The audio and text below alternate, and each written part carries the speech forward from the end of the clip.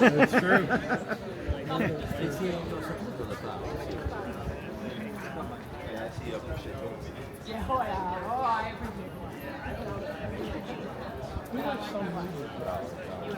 You have a fantastic mom. A fantastic dad. Fantastic mom. No fantastic dad. No. Dad's always learning. It was like you're in Halloween or whatever, they all were wearing masks. People kept dying. I don't remember. I don't remember that. Did you watch it without me? Yeah. It's Carnival. What's that? Carnival. Carnival, yes. He remembers these movies, but he never remembers anything about them. No, I'm terrible. I can't remember any actors' names. I can't remember titles of movies. I've got a trick. Oh, I don't watch movies. I'll never do it. But I wouldn't like that life. Well, see, see, jealousy will get you everywhere.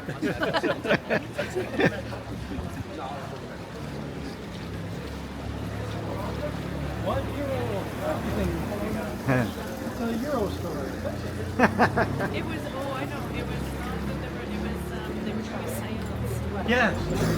And one of these, And it was Pearl, right? And wasn't it? it was in Venice. And who was that actor from Harry Potter? Ken. Kenneth Branagh. Yeah.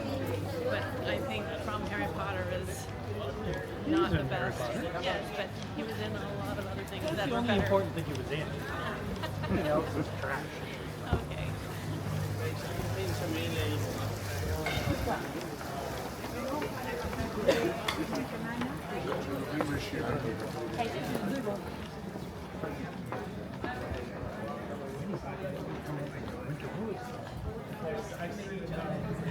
They're wearing their winter woolies. We're trying to get hats. Hmm? Like two.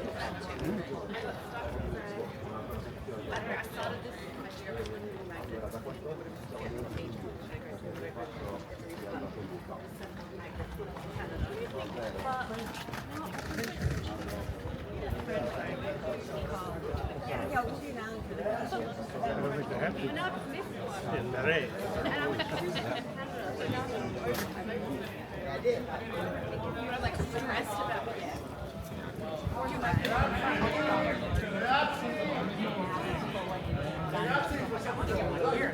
Oh, in my opinion, the best place if you want to get the downtown, you are four, so downtown perfect.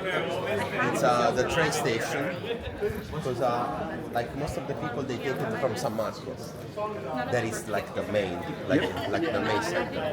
If you take it from there, usually it's less busy. Because the train station is only a place in which people they arrive, but then they spread, they go like to the hotel and everything. Right. So they don't come back to the train station to take the boat. While the place before the bridge that I showed you today, that I told you. Yeah, place the there, glass sides. That's perfect, and it's really close to the hotel. So tomorrow. Seafood smell.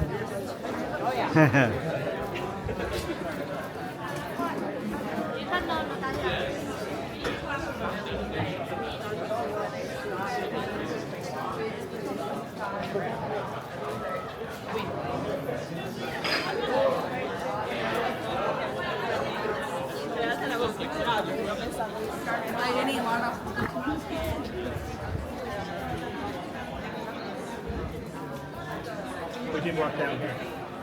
We did. That's the Pearl. What's that? Maybe we can't afford here. 25 euros. Well, right now we're on the main drag. We go to the outskirts, maybe even go over to Burano. There's a couple of other small little areas too, although they're probably more elaborate because they don't need to have tourists there. Maybe just do a profit share somewhere, That's the song that introduces the show. or timeshare rather.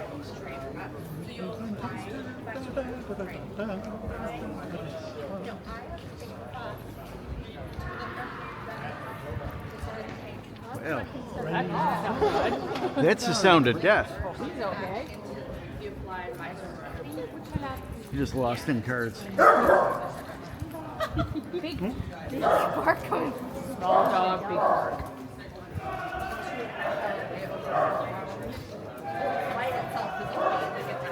They're clearly on the 18 Maybe there's a football game on? Yeah.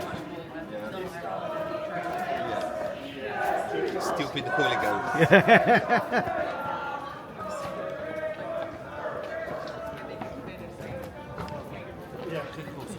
And then they fade off. If you get that excited over a hockey game or over a soccer game, not like it's a hockey game or a baseball game. So what basically you can see.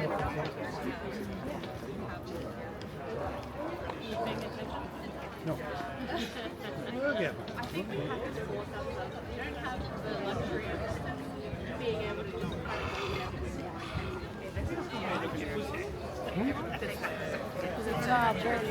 maybe we just all hibernate, until we get to go away. But Mickey and I are pretty excited to have our first night in Hanover. But we're not on a tour. We'll take all that wine. Like sleeping into it.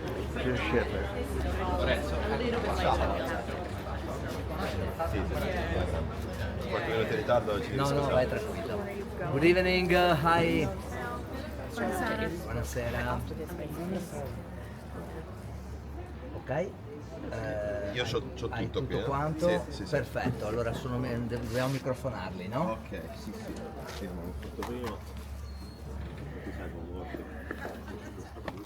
Quanti sono in tutto? Allora, siamo in 13 in totale con me. 13 in totale. Sì, perché c'è un ragazzo con Ok. Ok. Sì. Out of it in the train. Da dove vengono? un po' dovunque.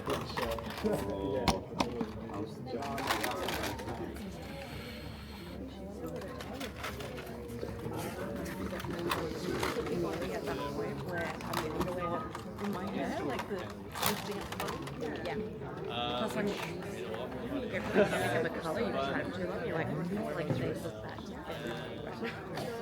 But I've just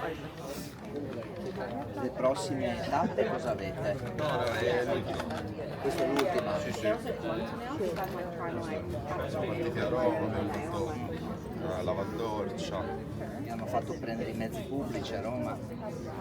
Confessa. No, so che ci sono gruppi che hanno messi sulla metropolitana. No, in realtà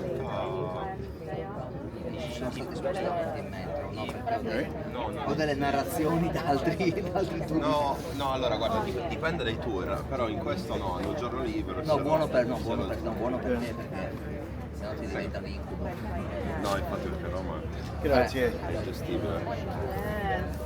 Aspetta che ti do una mano. Sì.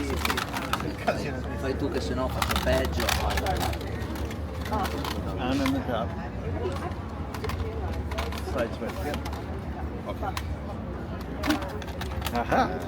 Was falling.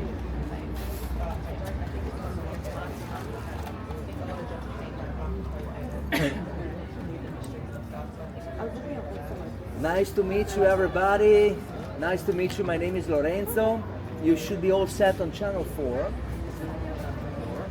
Your device.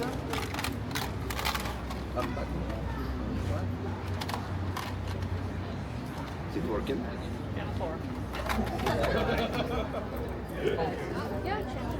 That's right. They're here.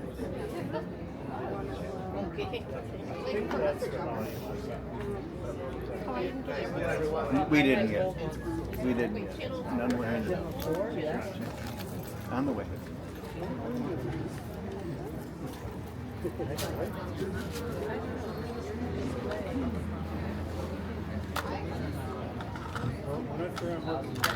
have the legal wheel on top for the volume. I'm sure that's why I talk loud. You can. 4. It should be already set on 4. Do we need headphones? Yes. Yep. George, your earpieces? My Are there earpieces? No.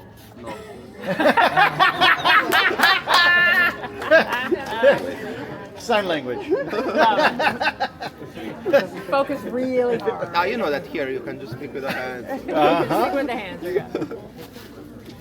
Oh, no. Oh, mannaggia. I'm sorry. Grazie. I was hoping it's better at night, and I was only gonna put one in. What? At night, I was only gonna put one in. Well, no, so one is good for while you're doing work and you're listening to something. Yeah. Honestly, I use one all the time. They're probably a shorter length than mine, but Yeah. It's not mine. No, it was from the Coliseum. It's like from a long time ago. I don't even know why I still have it. I guess I just put trash on it first. And then I was like, oh, it's sustainable. How do you? I can hear it. I can hear it. The end. the point, the tip, Yeah, pack it up. Your mic is really good. That's perfect. I've got one of my drafts. do these. Because that was before I saw it. Okay. You're good. No worries. I'm just kidding. Watch her here. The last time we had, I was Is it really loud? all the way up because she was For her. quiet. So I could never hear her. Okay, I'm gonna turn mine all the way down then. I was really loud. And then I'll adjust it to what I need. You saying the last person that you used would have been hard hearing?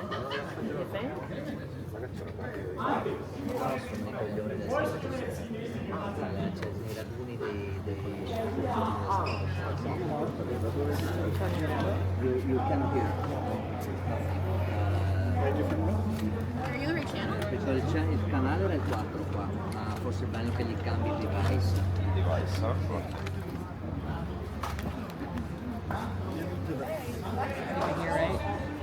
Let's try another one. Come che me ne dà bene?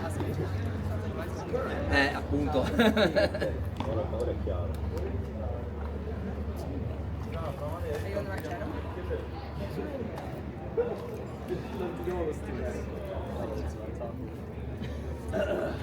Eccoci qua, potete sentirmi? Can you hear my voice? No? Sì, sì. No, you can't hear. Can you hear now? No. Is the volume on?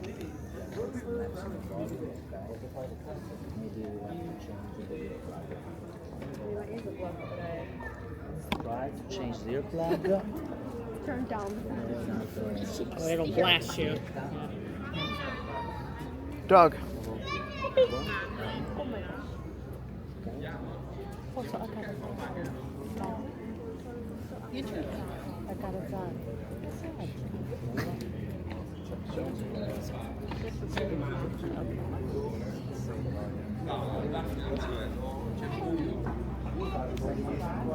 Try with this one. Solo affacciarci. Sì, pronto?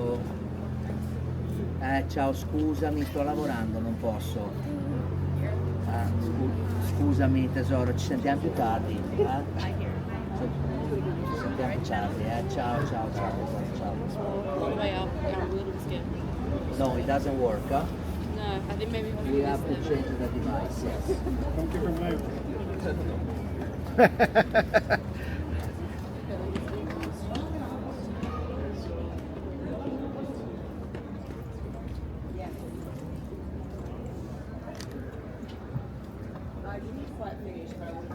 Qua.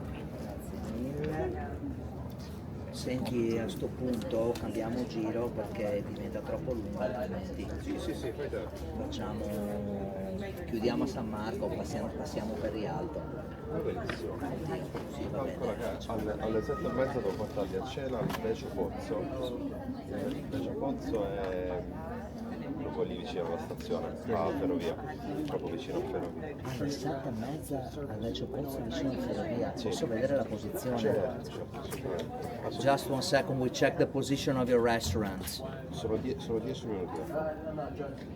Ah, 10 minuti da qua, madonna, un cerchio impossibile, non si fa neanche a San Marco questa storia. Sono verso Pozzo, 7:30. Ma guarda, anche 7:45. No, ma certo, loro hanno sempre un margine di tolleranza. Vecchio Pozzo, Fai 7:45. Vecchio Pozzo, We'll be eating someplace close to the hotel. sì, siamo verso qui, quindi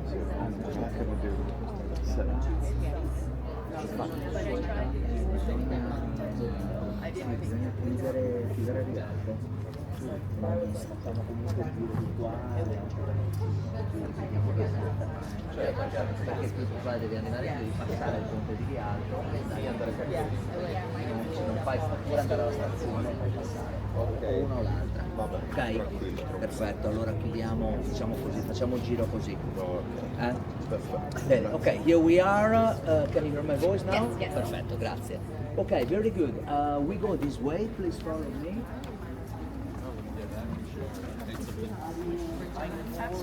Here in Venice for the first time. No? You've been before? Yes. How many times? Just once, Oh, just one. 42 years ago. So you are not. So I can tell you. I can tell a lot of lies in any way. Oh, yeah, you already did. You are waiting for the lies. Si, si. To hear the lies. All right. So let's start with the lies. Venice is sinking. The gondolier is singing.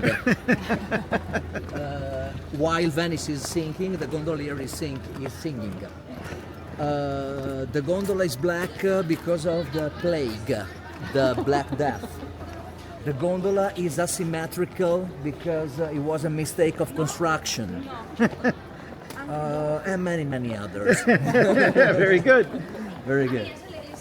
No, Venice is not really sinking. There's a little bit of subsidence, but it's not relevant compared to the problem of the high tide. Yeah. Today we mitigate the high tide because when we have these excursions of average 95 centimeters per day between the low and the high, and the tide goes beyond 1 meter and 10 as forecast of the tide, See? we rise preventively the sea dams. We rise the sea dams at the mouth of the harbor, and in this way 99% of the city remains out of the water. There's a little bit of water in a few spots, like the famous St. Mark's Square. So it's more a problem of the global warming and the average rising of the ocean. Yep. I mean, Venice will be likely to become like Atlantis, to go under the water before really sinking, before being sunk. We are a city on wooden pilings. We have guess how many trees we have under the city. Say a number. 14,000. 14 million. Sì, in una festa da sola. 14 million? You are almost right. Minus 10, 30 millions. Okay. Roughly 30 million pilings, wooden pilings under our buildings, the foundation of the city. Why the wooden pilings? So we have Venice is a city built in a swampy land. Making a city in a swampy land in a site where there is no fresh water is completely insane as an idea. You must be mentally sick. You must have serious mental health issues to build a city in a place like this. So what is the reason behind? The reason is that in this maze of shallow canals and sandbanks, the Venetics, the old name of the Venetians, found a safe place to shelter themselves against the barbarians. So Venice is a consequence of the fall of Rome, of the fall of the Roman Empire, under the pressure of the barbarians who were scared of the water. The barbarians didn't have a clue how to ride a boat. And they were not searching for these horrible place. The barbarian people were searching for land to cultivate, for better climate conditions. They stopped at the mainland, across the bridge. You have crossed the bridge by train today, coming from where? From Florence. And the mainland over there was the place where the barbarians settled. And pushing us across the lagoon. We found a very safe place to stay, and because they were scared of that. And but without fresh water, we needed to find a way. And have you noticed that we have the wells everywhere? Wells, cisterns. So in 1,000 years, in 10 centuries, the city had a population of around 200,000 people, which is not a small number for the standards of the 16th century, but there were more than 500 cisterns to collect the rain and to filter the rainwater, making the rainwater drinkable, potable. No aqueduct. We had no aqueduct until 130 years ago. The first water tap arrived under 30 years ago, and the wells became fountains. And then it took other 700 years before the pipelines reached all of the apartments. It was quite complicated.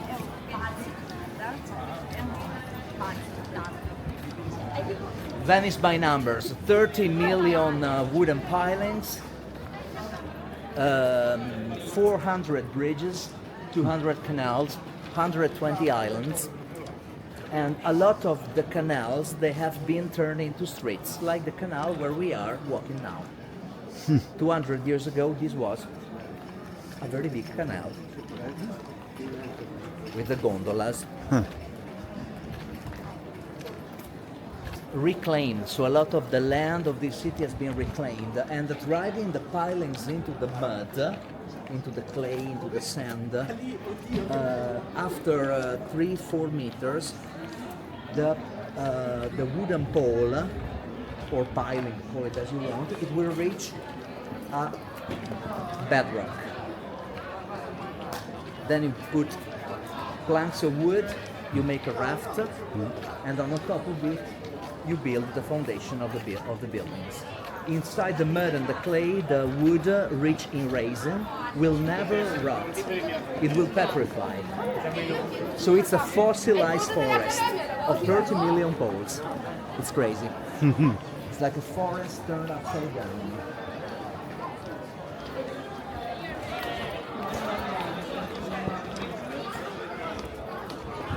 Up on the top of this bridge, you have the soles of the shoes engraved. 4 shoes. And the name of this bridge is very special. We call it the Bridge of the Punches. We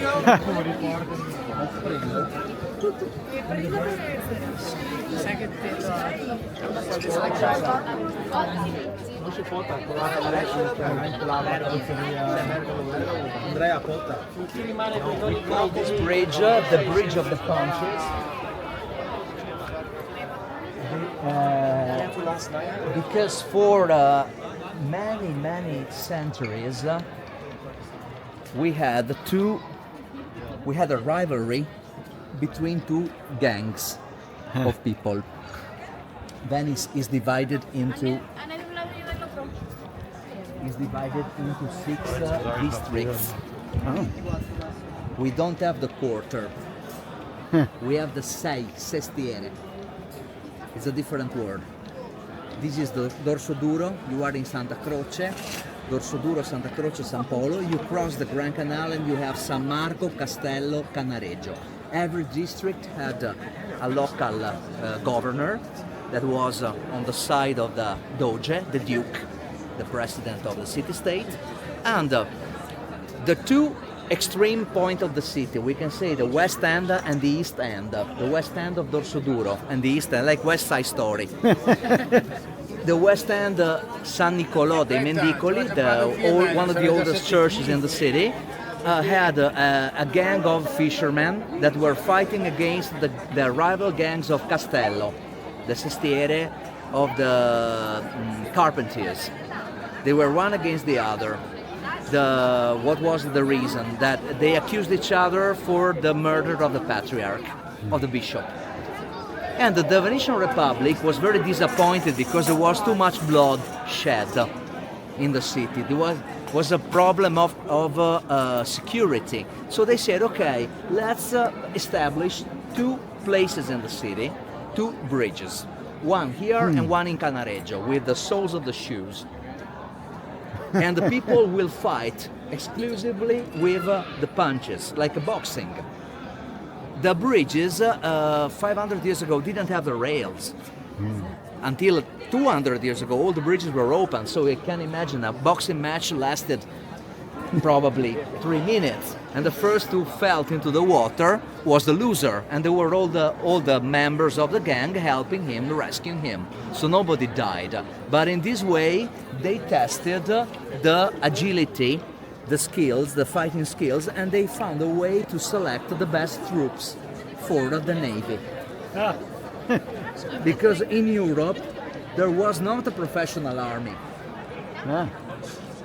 There was no professional army. They were all volunteers, soldiers of venture, and no professional army. So it became from a sport. It became a way to select the troops. So we had the boxing, and we had many other activities like the casino. Look at this. The casino. And this is a spy eye.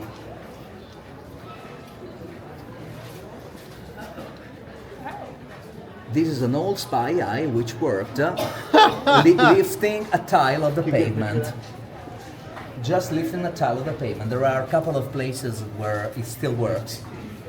Casino is a Venetian word. Casino means little house, piccola casa. Thank you. Okay, what is the meaning?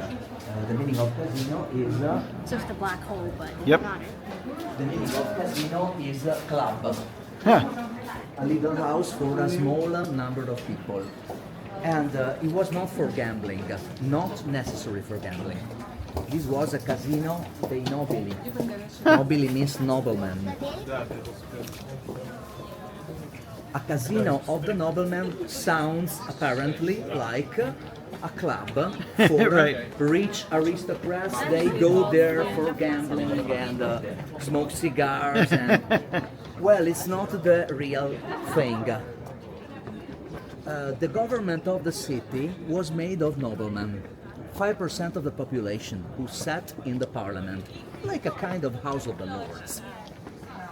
If you were a family of the Golden Book, you had the right to be represented in the parliament.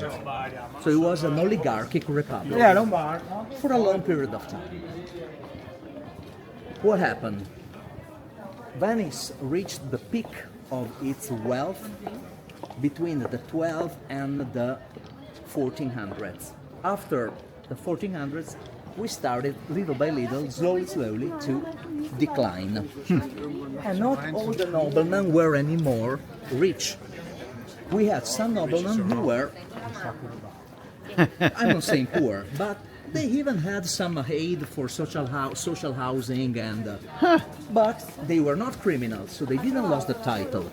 They still sit in the parliament, but the risk was bribery.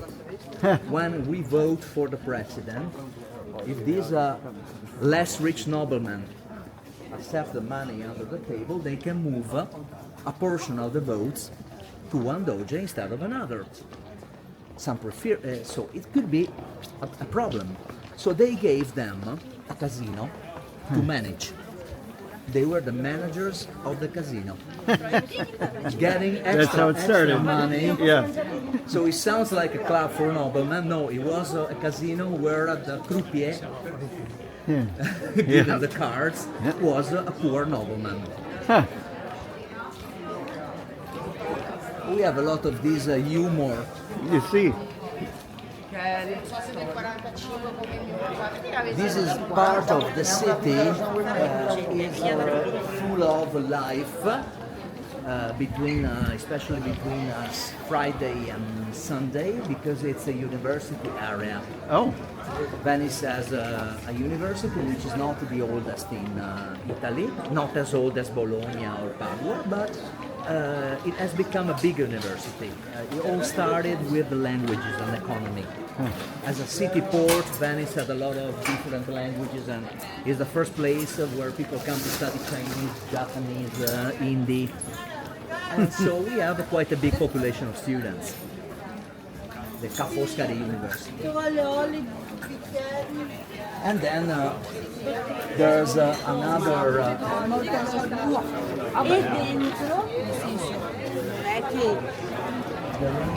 there is another good point for this big street party. That in Venice there are no cars, so people come here, they have see. 100 spirits and they don't have any drive test, alcohol test.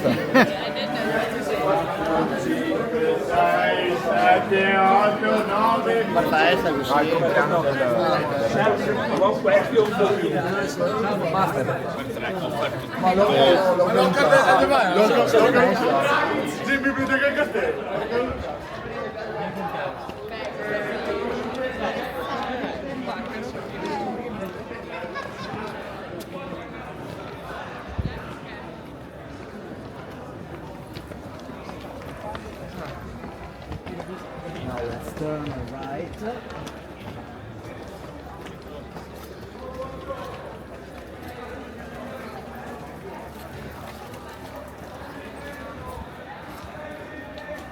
Later we will see the Grand Canal in about 10 minutes. The Grand Canal is the main waterway that, if you look at the map, it's like Venice has a shape like a fish. And the spine of the fish is like a double S, like a fish with a scoliosis, I like to say. And on the Grand Canal, right and left, there are the most important palaces. Usually they were the main family houses. But these families were huge families with a lot of different properties, like second, third, fourth palace. So these were all noblemen, Grecian palaces. That one, for example, is the palace of the University Applied Linguistics, Ca' Bimbo. In the 16th century was famous for the garden. This hotel that we're going to see in a while in front of us after the ATM machine is a Gothic palace of the 1400s. Palazzo Nanni Mocenigo. Nanni Mocenigo Palace. And this was the Department of Economy in the 80s and the Department of Philosophy in the 90s. So there's not a campus. We have all patrician palaces, like more than 20. One palace, one department. It's a nightmare for the students, especially the Italian, were the majority. The first year when they come to Venice to study, when they cross the bridge, and it's a nightmare to understand where they have to go to attend the different classes. It's scattered all over, but it's fascinating because you are having your lessons in a palace that sometimes is 400, 500, 600 years old, with the stuccos, the frescoes. It's crazy. This was a department, and at the time when I studied, here it was possible also to smoke in the hall. Now it's a hotel. It has been sold by the university to private.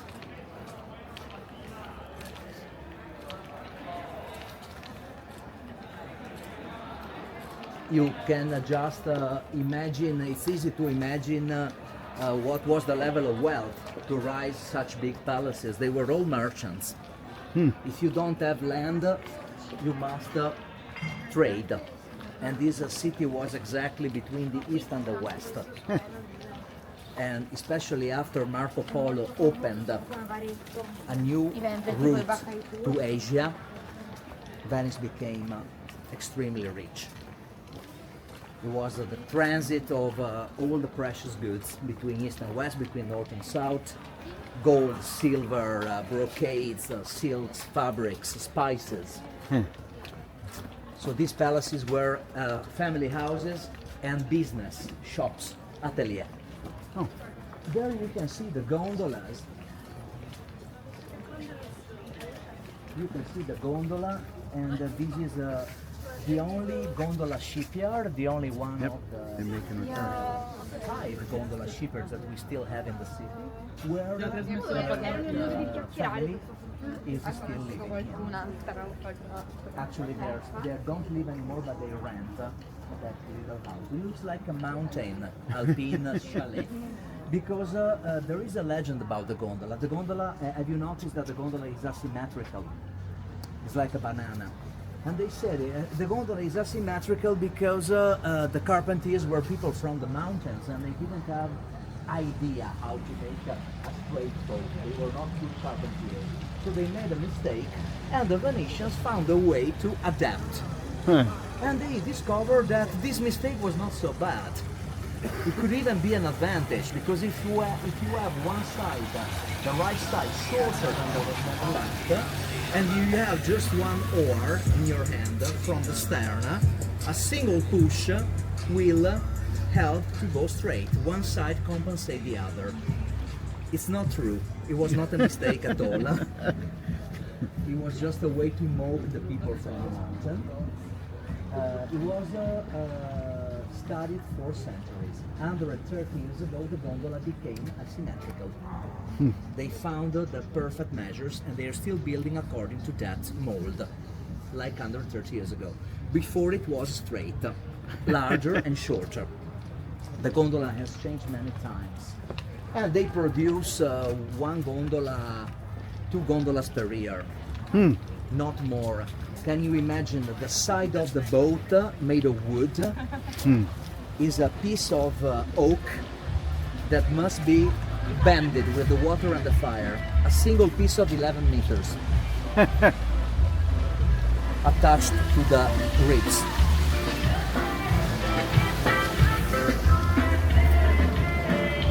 See, we don't have the cars, but Still have the radio. we have fun in our way. Yeah? Is there still one bridge without any rails on it? Yes, there is one. Yeah, one, right? There is one in Canareggio. There is one Remain. One bridge left without the rails. It's a private bridge taken to a house. Okay. And one in Burano, in Torcello. Okay. In the very remote island of the lagoon. If you have time at leisure tomorrow, you can take the water bus, 24 hours card, and you can go to the lagoon to see Torcello, Burano, Murano, the glass. Are you having a full day tomorrow? See. Yeah.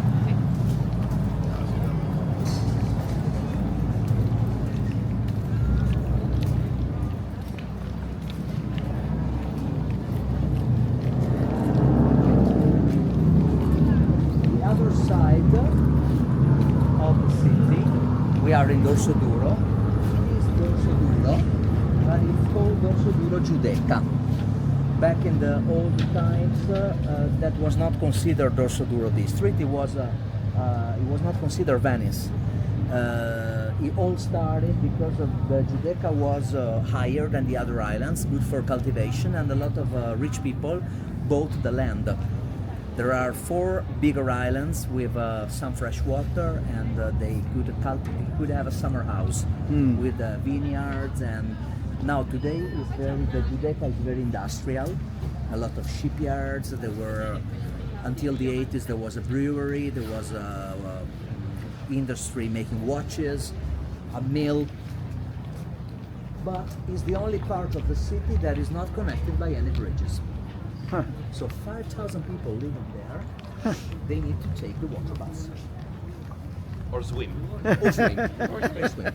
And now, swim can be interesting. We have the dolphins. If you make friendship with a dolphin, you can it's like having a water scooter. You can reach San Marco much faster. And there you see there's a very monumental church. Yes. There. It's one of the most important churches in the city. Made by an architect who became a celebrity, Palladio. Palladio has been recognized by the U.S. Congress in 2010 as the father of the Jefferson style. Oh, okay.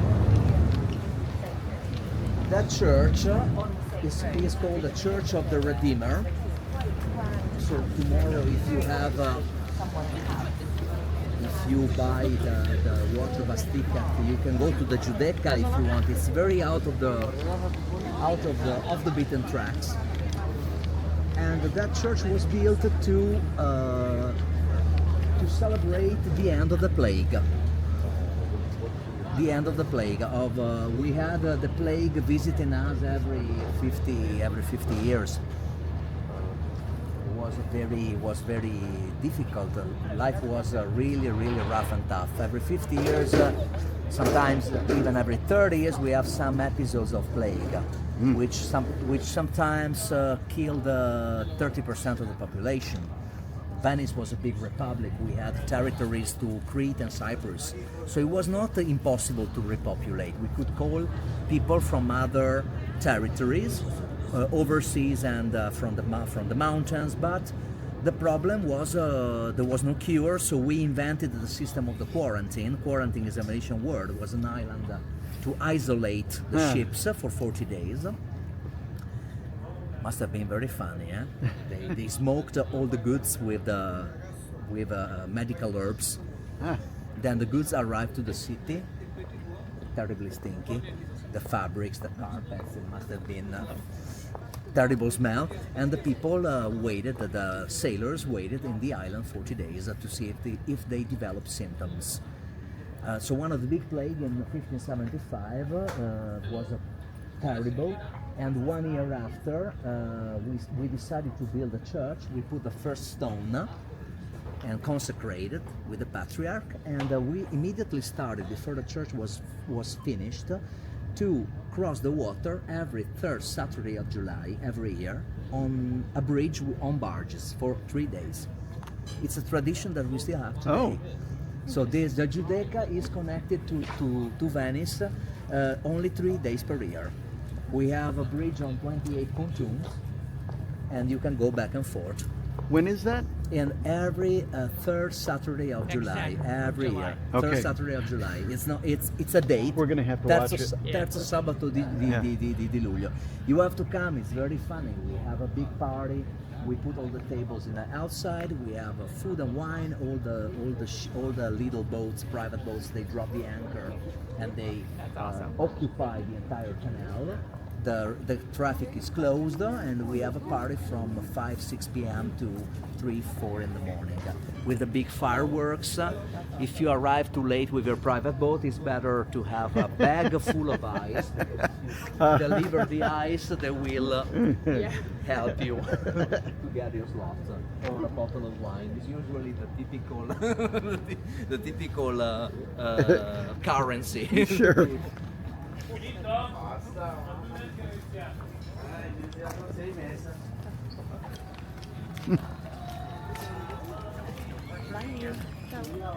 The Church of the and Rio Terra, another canal filled with terra, soil. This was the most important canal connection between the Grand Canal and the Giudecca until 300 years ago. And you can tell that even the convents, the old convents on the side of the churches, they had the garage for the boats. Look at those arches. those were a typical garage recovery for the small boats. Huh.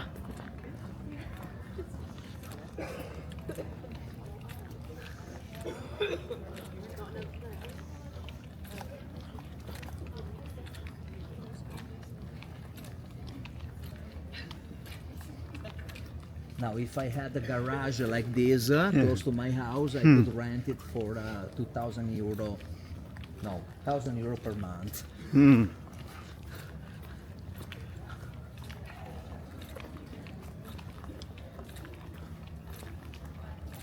How do people feel about the canals being filled in?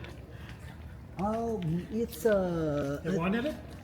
today we have stopped to fill canals. So the last canals have been filled like 150 years ago. Oh, wow. So today we are like we take it for granted. Yeah. But I probably in the past people were also disappointed. So, maybe because The value. today Venice is much more pedestrian than it used to be. 300 years ago, it was normal for all the people to have a boat. Nowadays, it's only a minority of people owning a boat. It's less than 50% of the Venetians have a boat. We move by walk, public transport. It's a problem because the boats are bigger. There's no parking. Sure.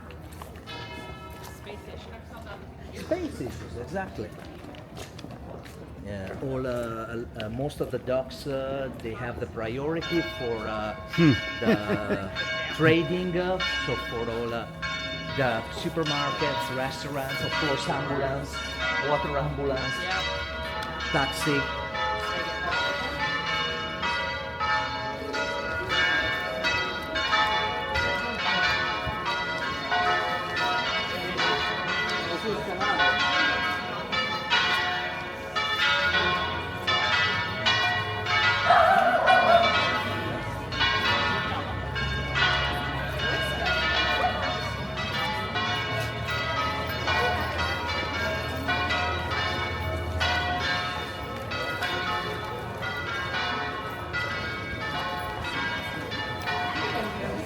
So now you start to see the beautiful Palazzo Franchetti. There is a new Gothic palace. It has been modernized in new Gothic style 150 years ago.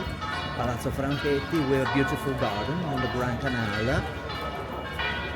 And on the left side you have the Accademia Gallery. So for those who are in this group interested in art, the most beautiful collection of paintings, sculptures and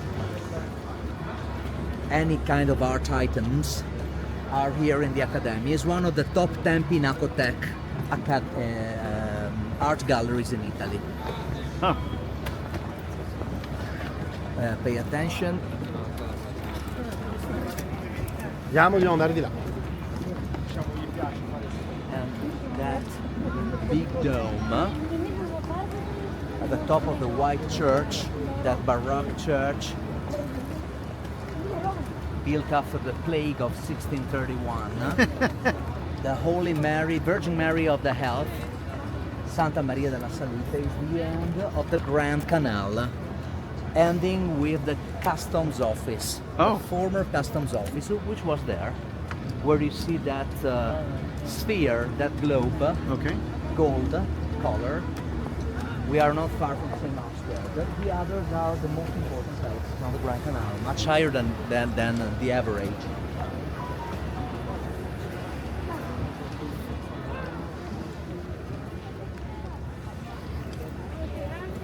This little wing of the palace was added in the modern time to get more space and light. It's really magnificent, and a couple of years ago they have opened a bar and restaurant. It's the Venetian Institute of Science, Literature and Art. Wow. It's a very important public institution. It's beautiful. but it's still very expensive though to the maintenance. So the restaurant and the luxury restaurant and the bar may really help to Offset some of the expenses. yeah, because they pay they pay very high rent. Sure.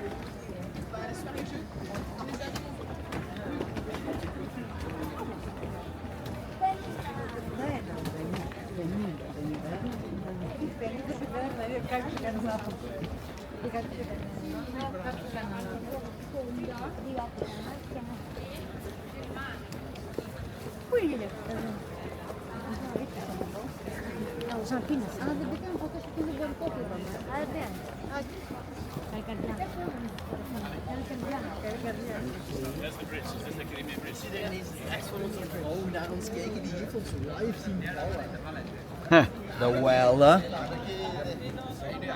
You have the well and you have the water tap. That doesn't work anymore. So the first aqueduct with the water tap, and here there's the filter that used to work For the rainwater. for the rain to purify the rainwater and make it drinkable. So it was a filter with sandy layers that were very useful to add minerals. Yeah, we know that the rain, the snow, they do not have taste. So it's like they work like a creek up in the mountains, adding the minerals and making the water good for human consumption. This system worked very well. I mean, we are still here. I'm not an older generation of Venetians, but yeah, I know Venetians that have 7, 8, 10 generations behind. So it means that it worked, not perfectly, but it worked quite well. It was in a way safer than many other cities. Can you imagine in the Middle Age, in the cities at the top of the hills in Tuscany, very often the sewage system was in the outside, on the side of the street. Yep. Here it went into the water every 6 hours. You have the change of the tide, so if you don't, if you pay attention with that water and you don't, let's say, swim in the dirty canals, it's safer than the average. That's great. So it was great, and the cistern was all full of clay inside because the clay kept the water clean and fresh. The problem was when the tide was too high. When the tide went beyond 1 meter, 1 meter and 10, the Everything. salty water went inside the well, and the well had to be reactivated again, cleaned, and yeah, it's a nice sound, huh? Like that percussion. The steel drum.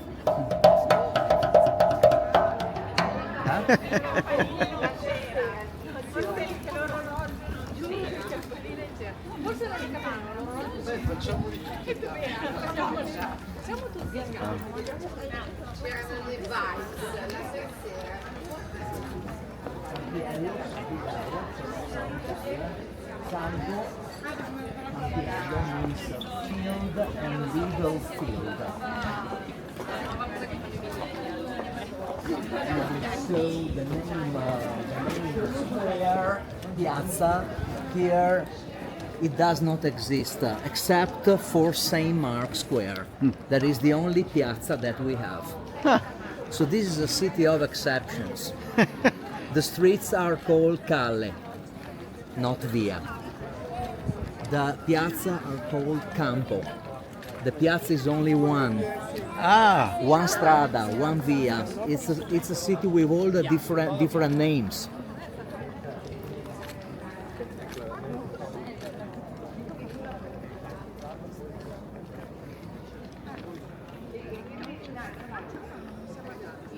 This building is the tallest building on the Grand Canal and the highest and the biggest. But as you can see, look at the beauty of the frescoes and the stuccos. This is today the Music Academy, Benedetto Marcello, Palazzo Pisani. The main entrance clearly is not from the water here, it's from the land.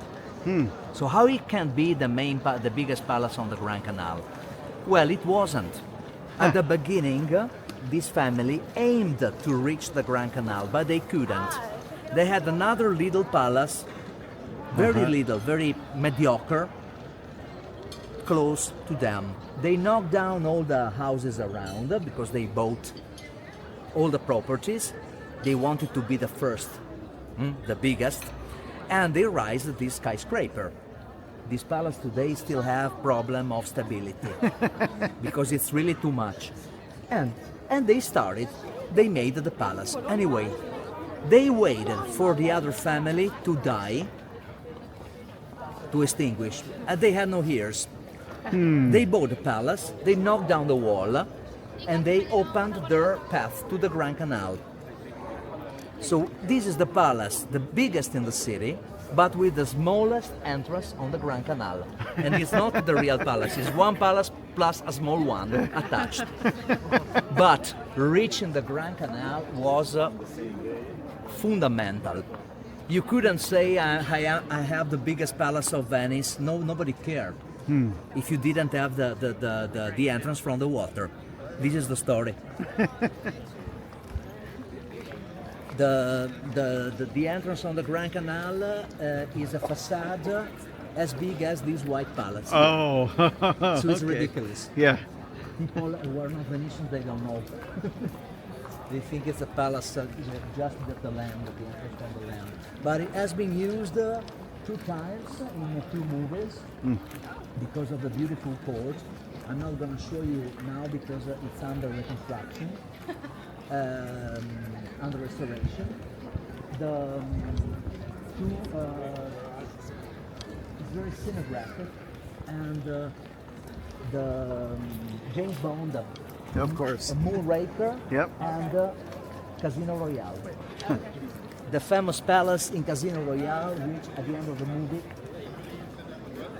crumbles and falls into the water. Is that one? Well, the fight is inside the palace, but the palace falling into the water is another one. Right. They made a reconstruction of another palace on the Grand Canal. But the last fight between Daniel Craig, the criminal, with the death of Vesper, takes place there. Okay. That's great. And it's quite a funny story because if you remember that scene, the palace scrambled down and fell because it was in inflatable balloons. There were the wooden pilings under restoration, so there were inflatable balloons instead to hold the palace. So shooting to each other, the old inflatable balloon blasted, and little by little the palace went down. That's great. I can tell you that this has never happened in Venice. There are no inflatable balloons Yeah, everywhere, right? Yeah. Lorenzo, scusa. Yes, with David Craig. Okay. I get it. Yeah, that was probably like 2010 or something. It was a good movie. I love that movie. But he also said Moonraker, which I actually watched on the plane over here. Really? But I don't remember which scene was it. He was in the gondola. Yeah. Oh, yeah. Yeah, okay, all right, that's right. Yeah, never mind. The guy's in the coffin boat and he jumps out. Bella. Irlandese.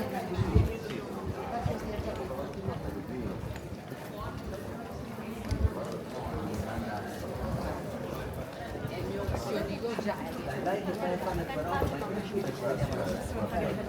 e lasci tanto sul tranquillo.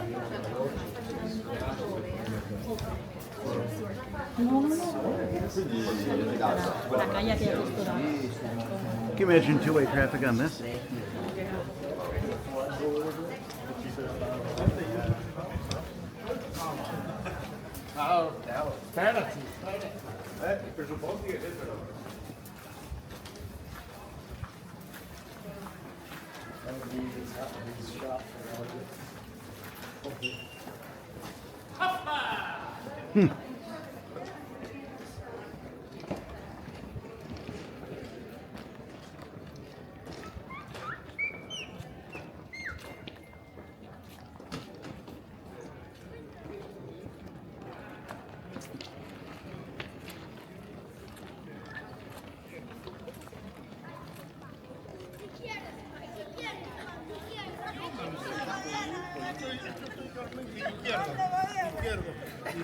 Bene.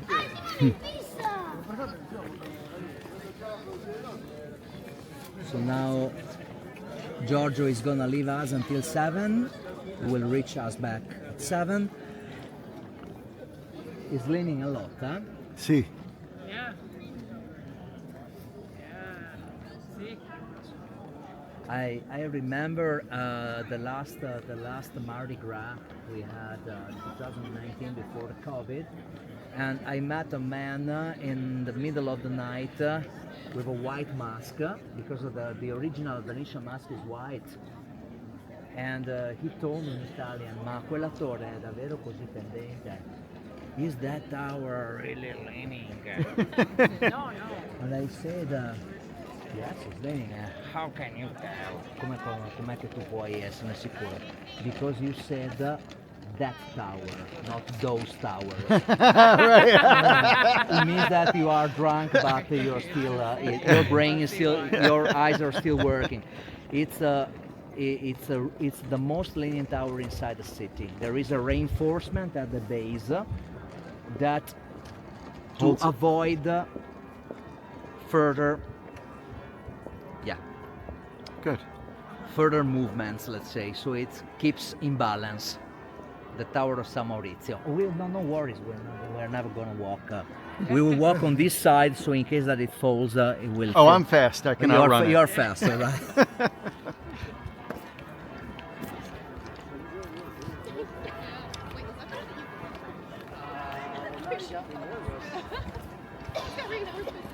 It's impressive. I mean, if you go back to the mainland to the day after tomorrow, you will have a sensation, a feeling like a land city, not city, because here everything is uneven. Everything is lonesome, it's irregular, so there is no straight line, there is no even pavement. Yeah, our room is tilted. I go back to the mainland for shopping once per month, and the first 20 minutes are dramatic. I feel strange.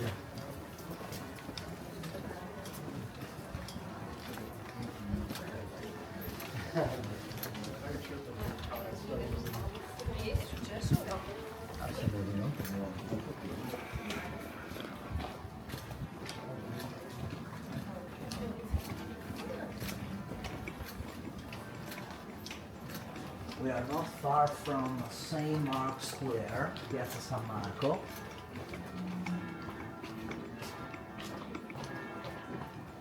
The one and the only piazza that we have.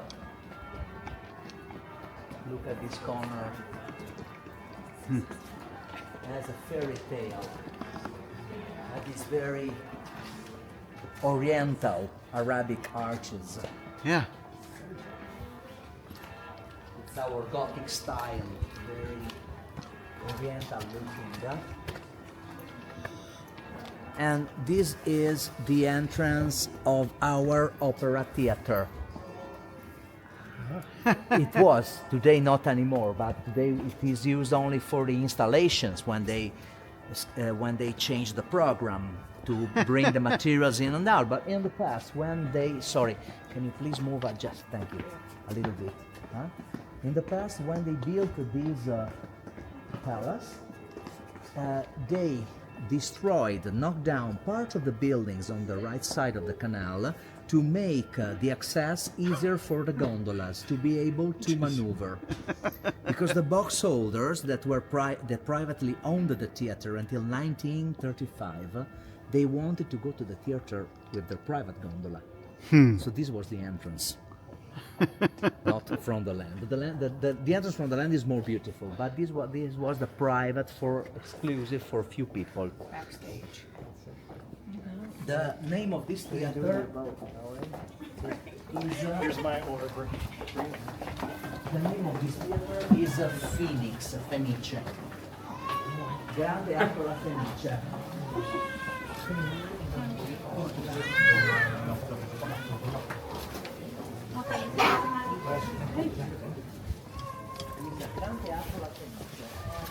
There must be a reason to have such a name. La Fenice, Phoenix, you know, the bird rising from the ash. In 1789, 8 years before the fall of the Venetian Republic, when before Napoleon arrived, when the last doge resigned and gave the keys of the city to Napoleon, the French, this city was famous all over Europe for the cultural life, for the theaters, the casino and the theaters. 7 theaters, all private. People didn't have to buy the ticket because you were invited or not. Music, comedy, opera was all for free. Financed by the rich families. And the box holders were all patricians or rich bourgeois. And a group of box holders of the theater of San Benedetto, in 1788, they lost their theater because the owner of the building sold the building. And they were so pissed off by this decision that they wrote after this knocked down everything and raised the biggest theater of the city, calling it Phoenix, Fenice. Like, you have fired us, and now we rise from the ash. Here it is. There is a little story about this name. The theater, opera theater, Fenice, that today is the second most important in Italy after La Scala in Milano, has burnt into fire 2 times. And 2 times it has been rebuilt. So the first version lasted 1792, 1836, 48 years. Then it burnt into fire for a malfunction in the stove, and it was rebuilt with that style, that picture that you see there. This version lasted until 1996. In 1996 there was a second fire, but this time it was not a technical issue. It was the mafia. It was the mafia of the kind. They were not mafia people, but they acted like mafia. They burnt. They lit a little fire. They were in charge for the electrical equipment.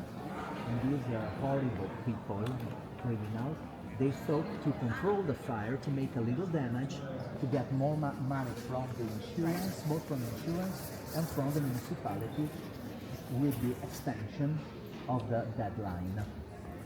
6 months, 1 year more, to recover from a little fire. But they lost control and the entire box is burnt. It's all the theater made of wood. Thanks God we had the archive of the theater that didn't burn. The archive had all the pictures, all the photographs, all of the works made by the architects. Bunches of paper, the newspapers of the second reconstruction with the journalists. They had an incredible archive. Nothing has been touched and nothing has been wasted. So they could make a new version completely the same as it was. Also thanks to our artisans, because gold leaf, wood carving, the gondola, paper mache for the mask, carnival mask and for the decoration. They were still alive, all these craftsmen. So they could make a perfect replica. When it was remade, we said, my God, this looks older than the old. It was such an amazing job. And the Phoenix rise again from the ash. It's one of the most beautiful places to visit. If you come during the day, there is a bar, you can have coffee, the ticket is affordable, you have a nice, very nice audio guide, and if you are lucky, you can see the musicians there. Because you will visit all of the boxes and the royal stage. That royal stage was knocked down and rebuilt 1,000,000 times because Napoleon built it, the first empire. Then there was the Austrian Empire. Vienna was our capital after Waterloo. And the Venetians, for 6 months, they kicked the Austrians out. They made a republic again, so they destroyed the royal palace and they made all the boxes equal. The Austrians came back again and they rebuilt the royal stage. It's a very troubled story. And finally, with the fall of the fascist regime, when we were a monarchy, we decided to keep it. Don't touch it anymore. Let's keep it a royal stage. It will be for the president of the republic, or the prime minister, or the big guest. But it's full of mirrors inside. It's really a place breathtaking. It has a beautiful chandeliers made in Liverpool in the middle. Beautiful. The Beatles chandelier. Beatles and chandeliers.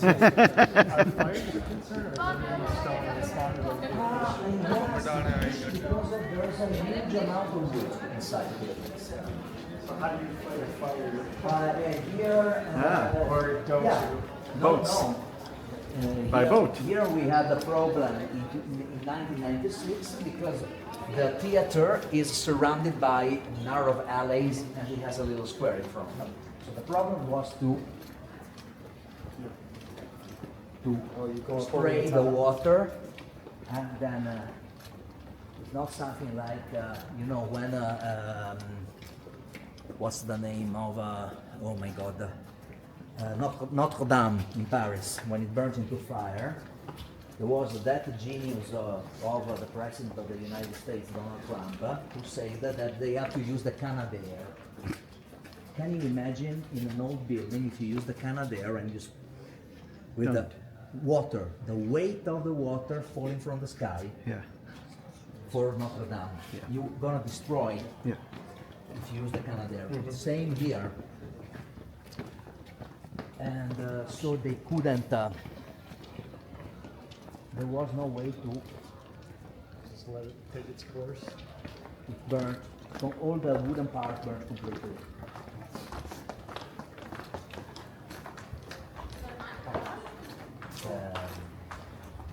The problem is the narrow streets. Of course, we have the firefighters with their boats. We have here and there, you see those red hydrants. We are very efficient, but in certain conditions, the conformation of the city it has a lot of limits. It's the safety. Safety is a big problem in this city. If you are an elderly person living here, one of these apartments, and you need aid, medical aid, ambulance. Yeah. It's quite complicated. The ambulance can reach the closest point and the dock everywhere, but then the main problem is always for the paramedics to go upstairs, reach, and sometimes go down the stairs. The stairs are very narrow. I have seen a couple of times people that were helped to out of the window with a special crane because there was people overweight with it. It's a really a house with an elevator. It has a price per square feet here. Extremely high.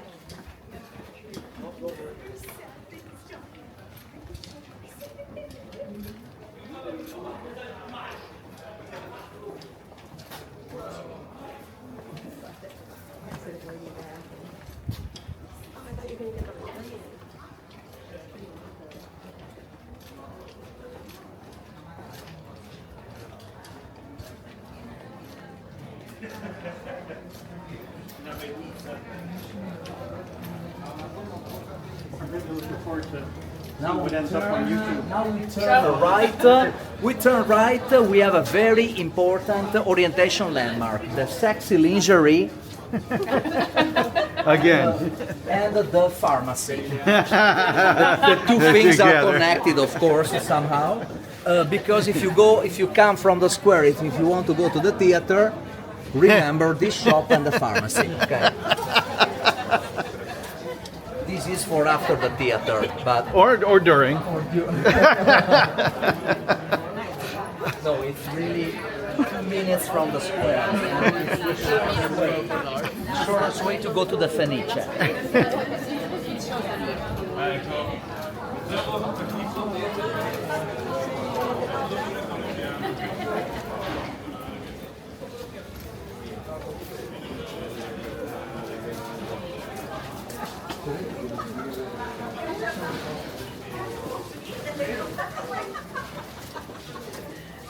No, because she's just so nice.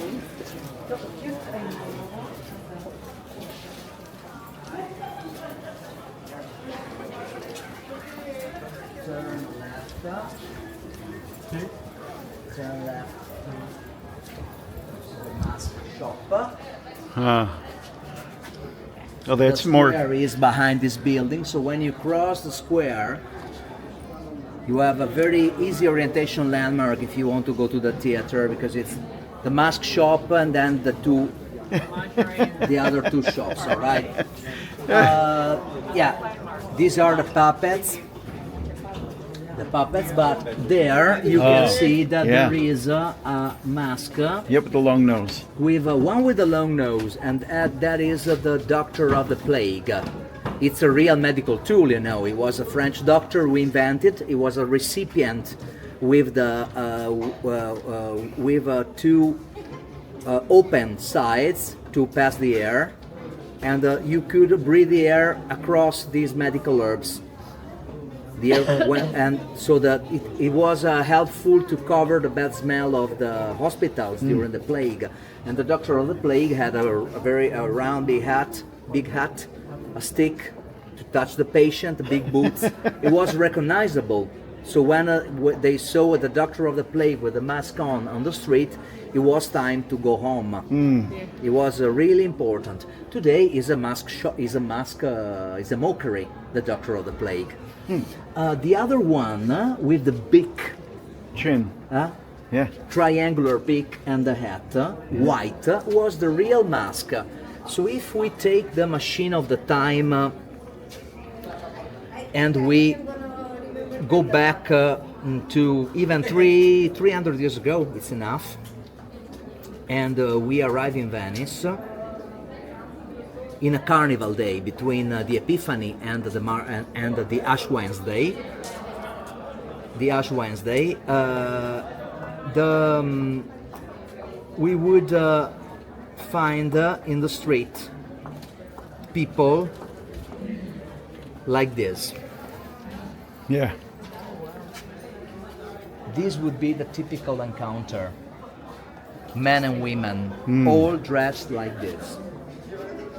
Because the main problem was to remain anonymous.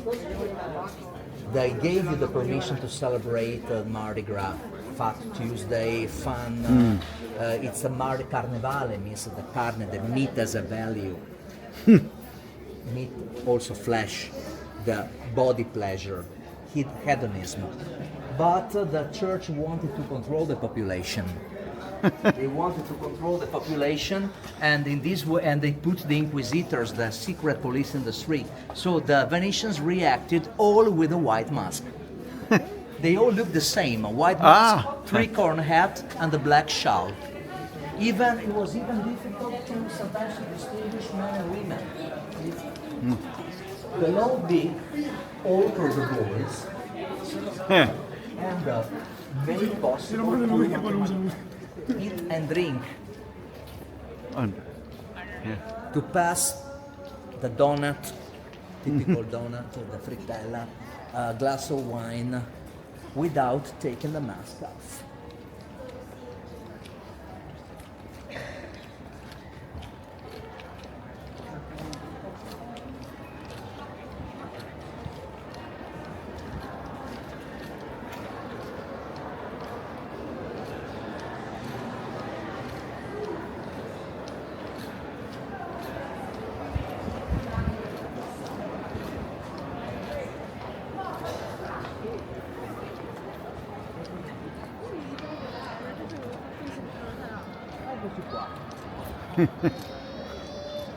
St. Mark Square, Piazza San Marco. Now you realize why it's only one piazza. See. Because we have struggled 10 centuries to finish this square. Right. 10 centuries to have the definitive version of this square. It was narrower, then it became larger, then it was, and in the ancient times there was a canal in the middle to be filled.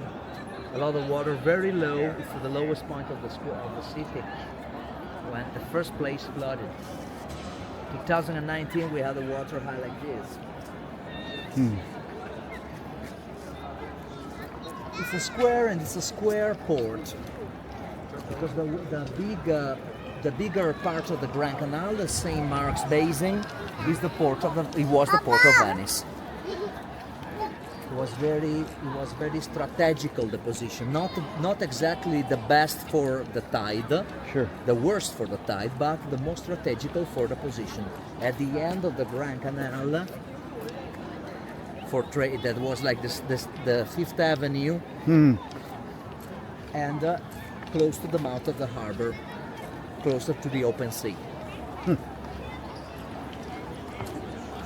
The bell tower of St. Mark, 99.6 meters high. It was a lighthouse. I didn't know that. It was a lighthouse. It also worked as a lighthouse. And it's the last original thing because it has been rebuilt in 1912 after it collapsed. And we were very lucky because it collapsed vertically without making any damages to the buildings around. I'm quite sure that even people who didn't believe in St. Mark that day, they started to have serious doubt because it collapsed vertically, making just a little damage to the corner of the library. The church of St. Mark remained intact, untouched, just completely covered with dust. It's a church that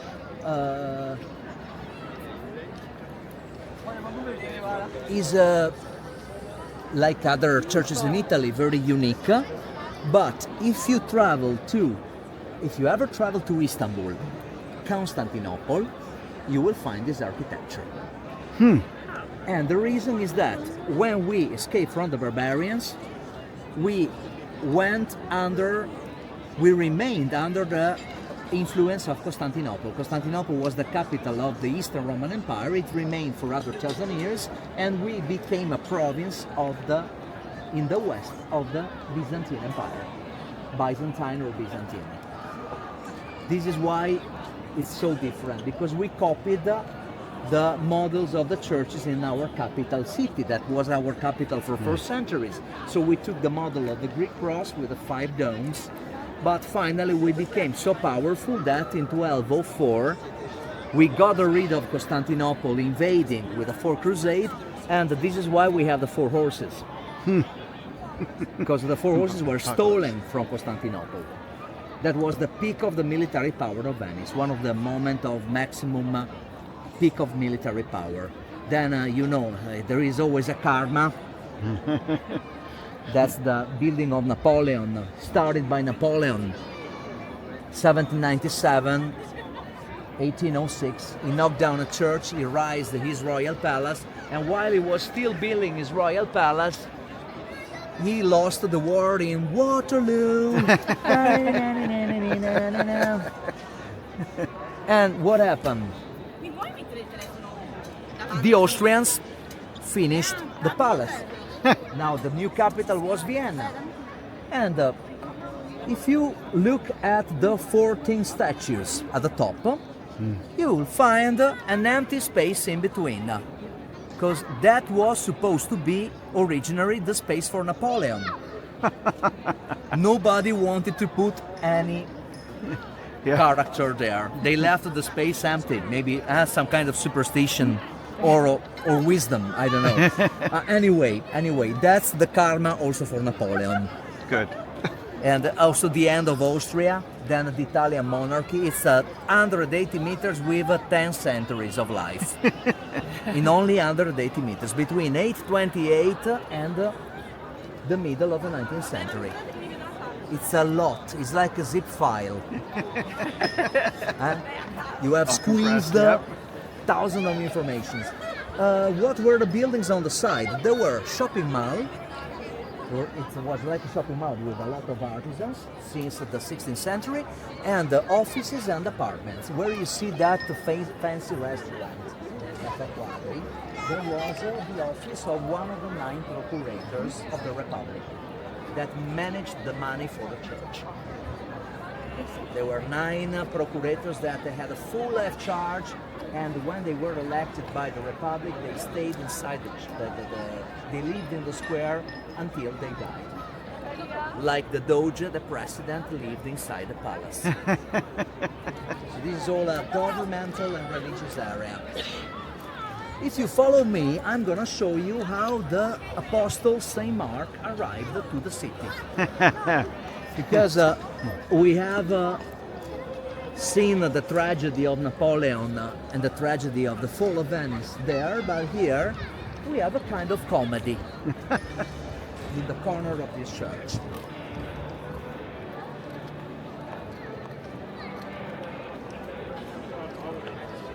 This church has 10,000 square meters of mosaics made of glass and marbles.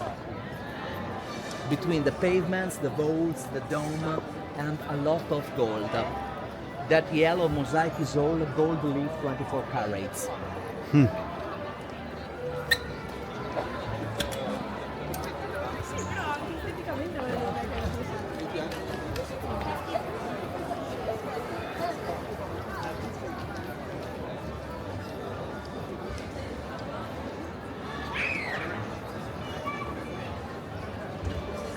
What happened to the Venetians is that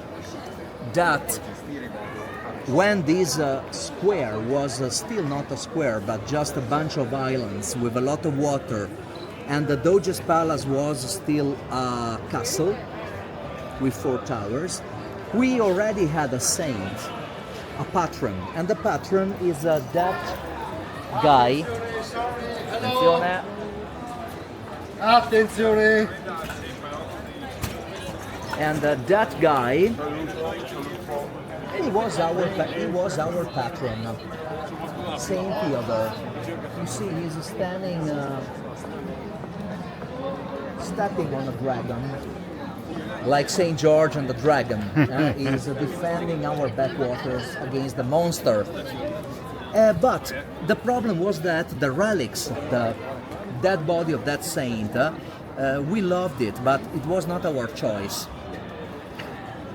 It was given to us by the emperor in Constantinople. So what happened to the poor Theodore is that Theodore was downgraded from the first saint to the second. It's really what happened to him, because the tradition of Venice was the Saint Mark.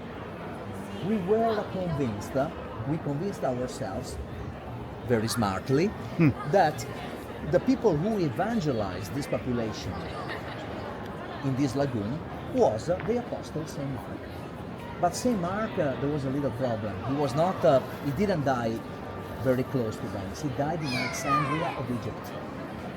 And so the Venetians in 828 organized an expedition aiming to arrive first on spot in the tomb of Saint Mark, and they went to Alexandria of Egypt. They took the body out of the tomb.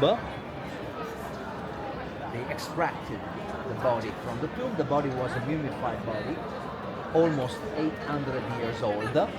And then there was a little problem that the day after, the custom policemen, in this modern mosaic you can see their dressing code is very clear, turban hat, and the custom policemen, the day after, they would ask, okay guys, what's your name, where are you from, where are you going to, where are you traveling to, do you have anything to declare, and they had to open the basket. And you see the moment of the inspection in this modern mosaic.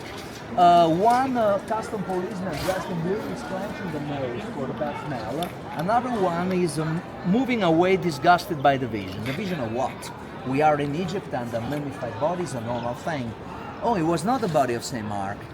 It was a bunch of vegetables covering the body of Saint Mark, stinky cabbages and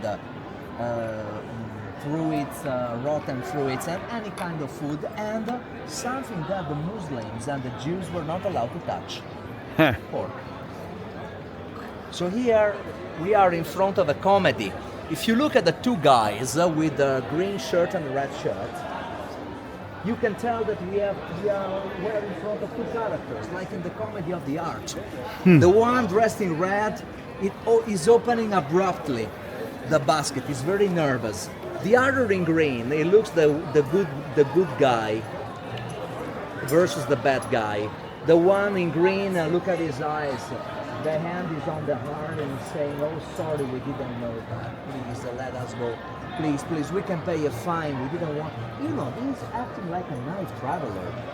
I go to India, I sit in a restaurant and I ask to bring me some basmati rice with beef. It's not exactly a smart move, especially in Rajasthan, in the north. Anyway, this is what they did, and it worked. So they cheated the custom policeman. Is it true? We don't know. I mean, it was a 4 months of navigation from Alexandria of Egypt.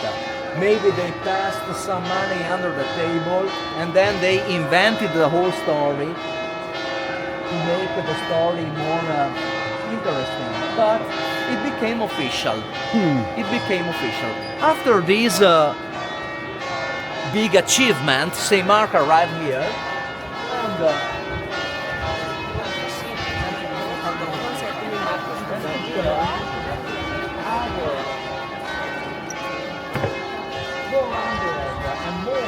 years to officialize the symbol of the winged lion. The winged lion will definitely, 400 years later, become the flag of the city. And it was a very important symbol because St. Mark is the state and the church. And the man kneeling in front of him is the Doge, the president, elected by the parliament. He was, until the end of his life, he made a promise to serve the state, to be not above the law. This was quite a clear way to communicate to a lot of different people from different parts of the world. This was, of course, multicultural, that we were not a kingdom, we were a republic.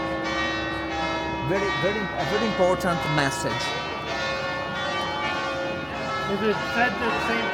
Mark's relics are still here? You still believe in the relics, yeah, but you know, up in the sky, close at the top of the arch, or there at the top of the church, or one more time, at the top of the bell tower, you have Venice, Venezia, justice. Holding the scales of justice, sitting on a throne with a sword, and this was also very clear. How can we communicate the idea of justice? We have a story from the Bible.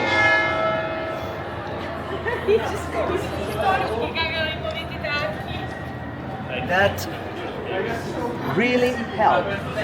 Where is the court of justice? Of course, the court of justice is behind this corner. You see, behind Solomon, the judge. Solomon in front of the two women that were arguing for the kid. The kids were two, one died at night, the kid remained one, and the two women were arguing, who is the real mother? Solomon said, if you don't tell me who is the real mother, I'm gonna chop the kid into slices. And the mother is running to stop the soldier, saying, give it to her, she's the mother. She lied. But the kid was safe. She demonstrated that. Anyway, this was a message that could put together people from different languages and different religions, but the Bible was a very important common book. People knew that the court of justice is here behind. So this city was a bubble. Do you want to see Babel with me? Huh? Follow me, I'm gonna show you the faces of Babel. the faces of Babylon, the Tower of Babylon. It's not exactly the languages of the Pentecost that are inside the church, but it's about a bubble of language. If you visit the church tomorrow, you will find inside the church a beautiful mosaic about the miracle of the tongue. But here there is a capital. There's a capital that tells stories about a lot of stories about the different merchants and languages. We have Egypt, Persians, Latin, Tartars, Turks, Hungarian, and Greeks. All these faces are kind of portraits with different hats, beard, eyes, of the merchants that were here at the time of the renovation. When it became a palace, they took inspiration from the merchants in the square. These are all different. See, these are the Persians. And they were the merchants.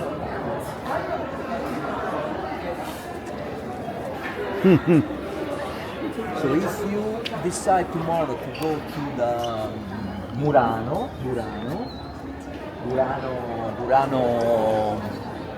Island, and you prefer to come to the square first with the daylight, you know that in Murano the glass factories they close at 4. I suggested to go there at 2 before it's too late. Then you can go to Burano, the other island with the colorful houses, and that island is always connected. So with the 24 hours you can always come back. But if you decide if you are in the square and you want to go to Murano and Burano, it's better to take the line 4 from here. You cross the next 2 bridges and then you will find the line 4. You have a monument with a horse, Hotel Londra Palace, Londra Palace Hotel, and then you have the line 4. It's 2 bridges away from here. And there you have the line that goes to Murano first. Then from Murano, the line 12 to Burano. Because it doesn't make sense if you are already in the square to go to Fondamente 9, which is the shortest cruise, but there's a lot to walk. So if you are already in the square, go from here. Or you can go directly to Burano with the line 14. There is one every hour, Lido and Burano.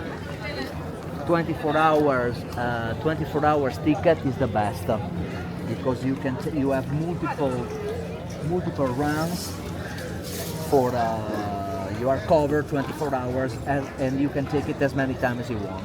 It's a flat rate, 25 euro.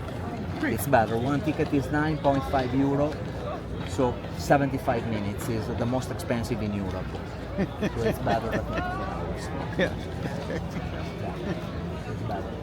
There you see, do you recognize the white church we saw before, the Salute and the customs office and the Redeemer. So we did a lot of walking, We did a lot of walking. Okay, I'm gonna show you the Bridge of Sighs quickly and then we go to Rialto to meet Giorgio again.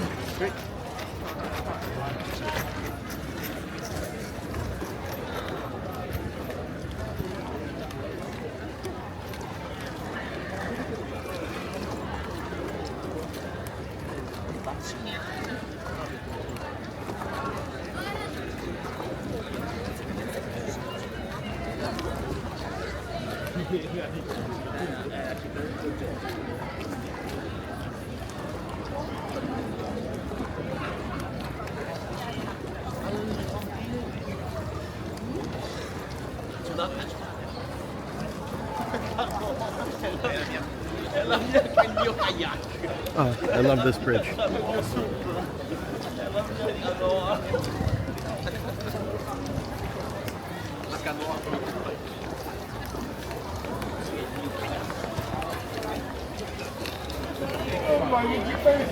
Before I'm showing you the bridge of size,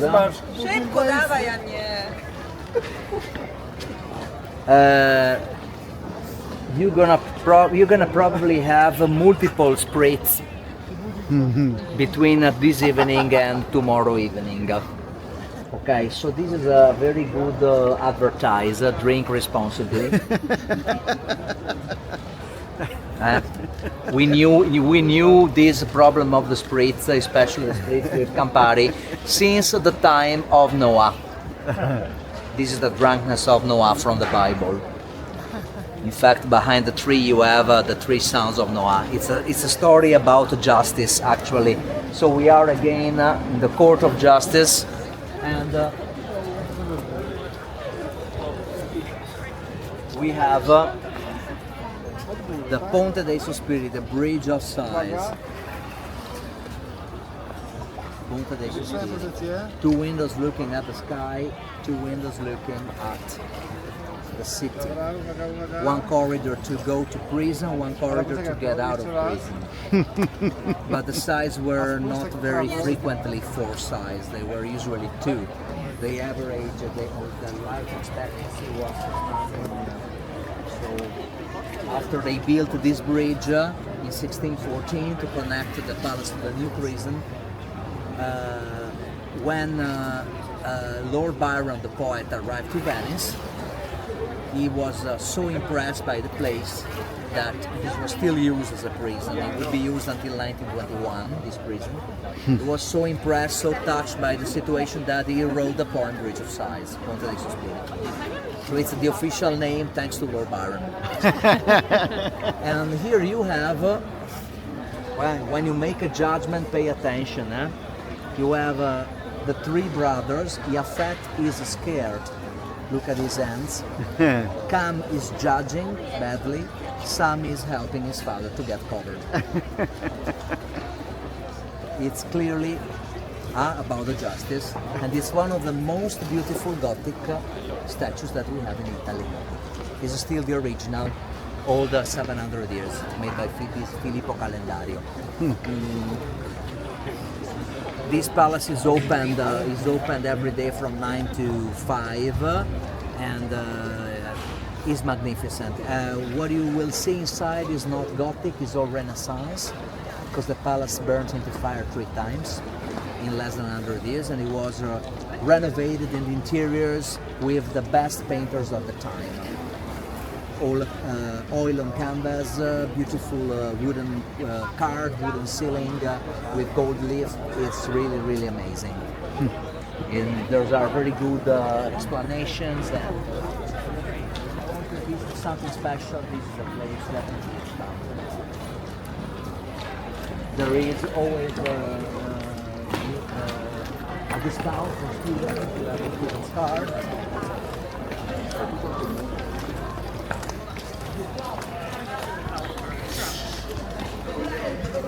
This is the entrance.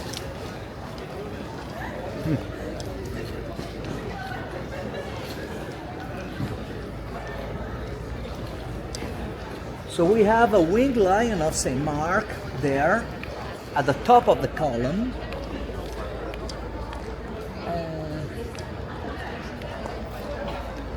Actually, if you focus your attention, if you focus on the face, you realize that the mouth is not the mouth of a lion. Huh. Look at the head, look at the mouth. What is it? Is a dragon that looks like a lion from the distance. You see the mouth is very large.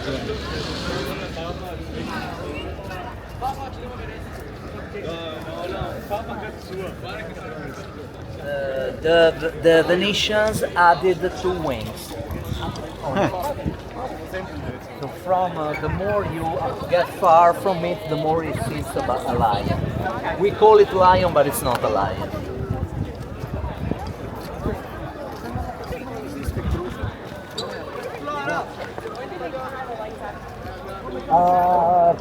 It will be probably by the 8th of December. Okay. For sure the 8th of December, but I'm sure they will turn the light on before. This year they have started quite in advance. Quite in advance.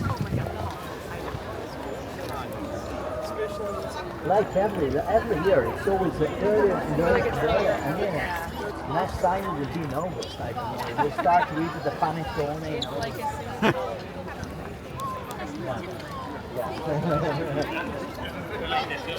Yeah, it's all very commercial. Yep.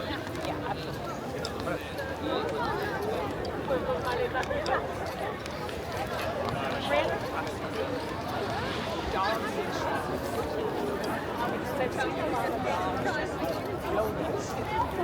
Unleashed dogs. Unleashed dogs, yeah.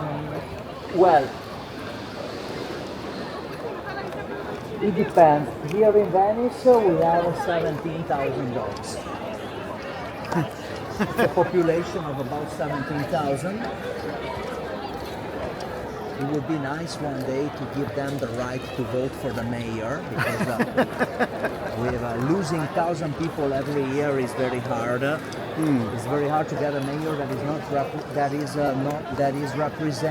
representative of the island and not of the mainland. Because the municipality is made of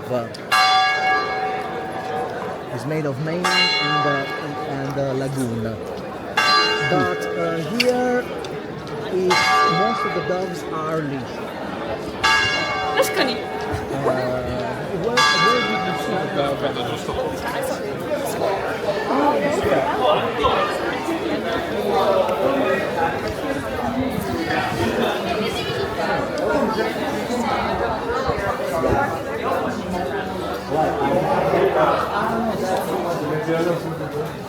I have two dogs. One is 5 years old, a Dachshund, and another is a Jack Russell. And the Jack is 15 years old. And if I leash him, we will never get him. Because he wants to stay free. It's completely. I mean, he's an old, nowadays he's an old anarchist. He doesn't want to. But I understand him. He's a retired old man. If I keep him leashed, he will never walk in the house. He walks with me, but he's totally deaf, blind, and but yeah, he walks with the ball in his mouth. He wants to play with the ball at the same time, but he doesn't see. He doesn't see it. But yes, some people they leave the dog leashed and they can't be very dangerous. You know what? I have a small, very micro because they have the syndrome of Napoleon. They think they are bigger, but they are smaller. And they bark to the other dogs all the time. It can be unpleasant.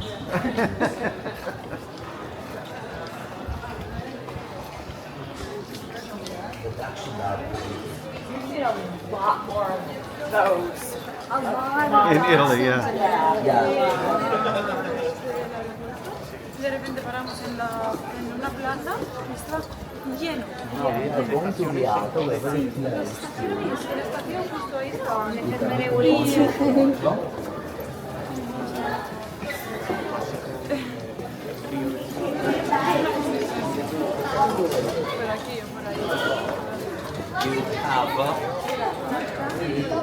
The yellow sign. I suggested to use the yellow sign on a paper map because if you use the Google, it may work sometimes, but you will never look around too much. You will follow your phone and you will miss all the details. It's more pleasant if you take the map, you get lost. You will get lost. No worries, and you will always find your way back. that because you are on an island and it's not such a big city. So it's better to get lost. The experience of getting lost. Yeah, with a paper map or with your sometimes with the Google, but use the paper map as much as possible. When you are between San Marco and Rialto Bridge, you have the yellow sign San Marco Rialto or Rialto Accademia. It's easy to get around. You follow the yellow sign.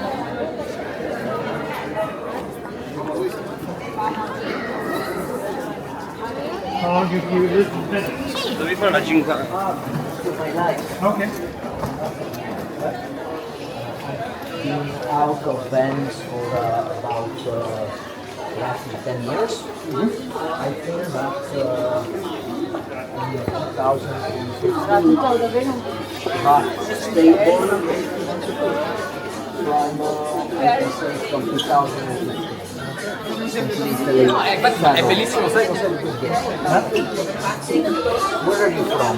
Canada. Near Toronto. Ah, near Toronto. So you are not far from the US in Toronto. That's right. No. You're very close. Niagara Falls. That's right. Yeah, just about an hour and a half drive. What is the biggest side of Niagara Falls? Canadian or the US? Canadian side. Canadian side is bigger. That's the big horseshoe part. Yeah. Thank you.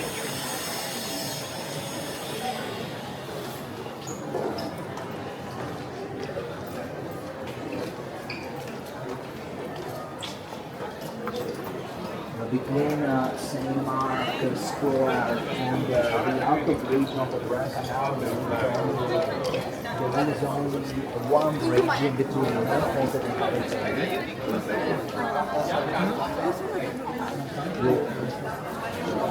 Follow me this way and take a shortcut all the way around the same building. Excuse me. And here, stop for a while and stay on the right side, you will see another casino. It's another spy eye. Absolutely great. And this still works. Is the Alliance Française. Can you please leave a passage, please? Thank you. A spy casino that was, what they say in French, boudoir, a place for lovers. It was a gift made by the nobleman Francesco Venier to his wife Elena Priuli. It was the time of the libertines. So he wanted his wife to have her life. Anyone with his separate love affairs. And this was like a, not a studio apartment, quite a big apartment with all the stuccos, the musicians playing behind the curtains, and so the casino could be a lot of things, not just for gambling.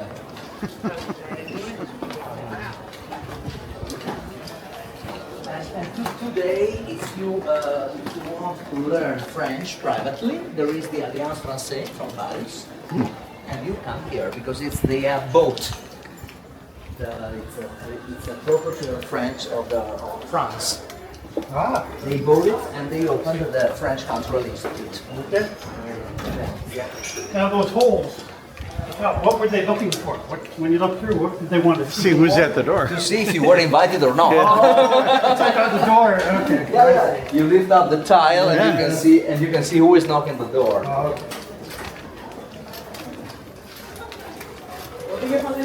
Like the fisheye lens now that we have. That's right. Yeah, like a ring camera. It had sound. It had sound. Yeah. It's all way around the same block of buildings. We went straight to the this way again. So the same.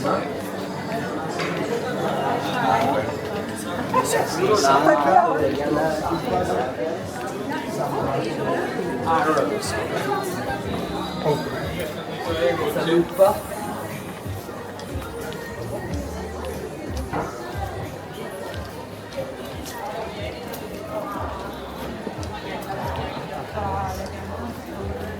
Those are cool.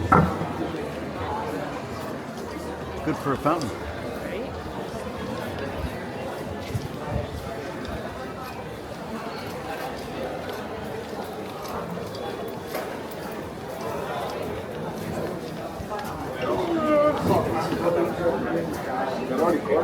We are very close to the outer bridge.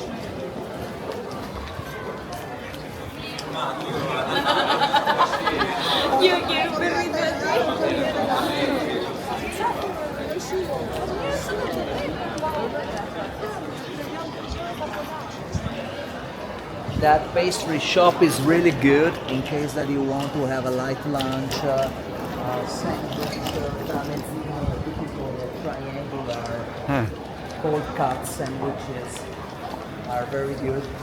And the pastries, of course, has a salad. It's a good quality, it's a local place.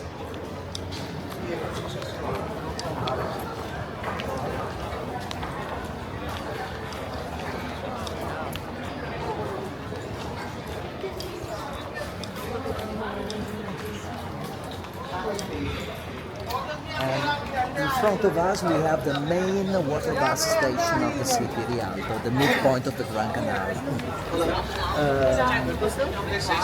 Most of the commuters that work in San Marco, they are dropped off here because it's the shortest way.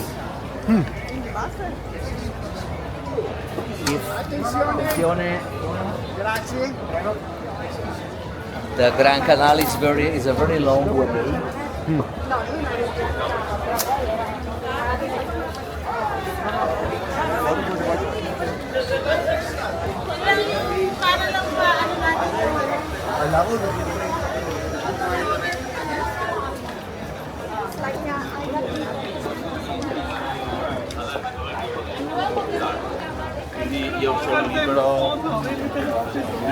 The Rialto Bridge is a bridge that has collapsed a million times before the definitive version made of stones, bricks, and 22 pillars, very solid, with 24 shops at the top. In the past, there was a drawbridge in the middle. Oh. It was made of wood on pillars in the water, so the pillars had to be replaced several times. They got rot. And the last very famous disaster of Rialto took place during a wedding. And I'm not talking about the wedding of Jeff Bezos. Oh, good. In June. I'm talking about the wedding of the Marquise of Ferrara in 44. She rented the whole Grand Canal for a parade, and there were so many people attending the event, the wannabe paparazzi, that they wanted to see that as she crossed under and she passed, few seconds after the bridge collapsed. That is what has happened during the wedding. That's great. I'm sure that Jeff Bezos didn't know this story when he organized the wedding here. He didn't use the bridge though, I don't think. But as you can see, he's not the first who made a big wedding in. She even rented the Grand Canal.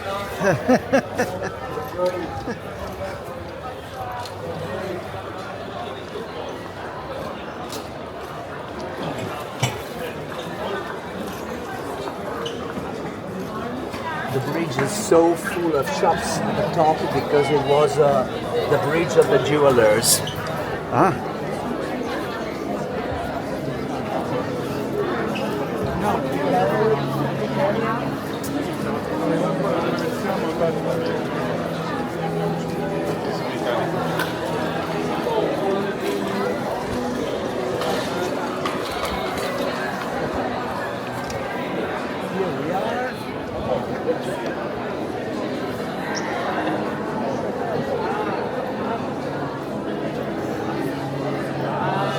Giorgio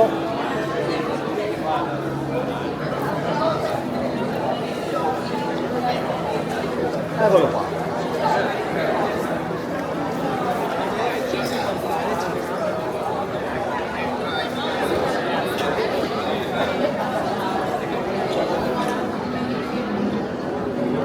Sì, sono qua, eccoti qua, ti vedo, perfetto. Mom suggested that we ask if the restaurant is close to the hotel. If it is, let them help lead us back. If not, we just head back home. Yeah, it's over here, so we'll break away. It's in this area. Yeah. We gotta figure out our way back. Yeah. We'll be fine. We're not on a time limit now that we know how to use the app. We have a very tight schedule. Bene.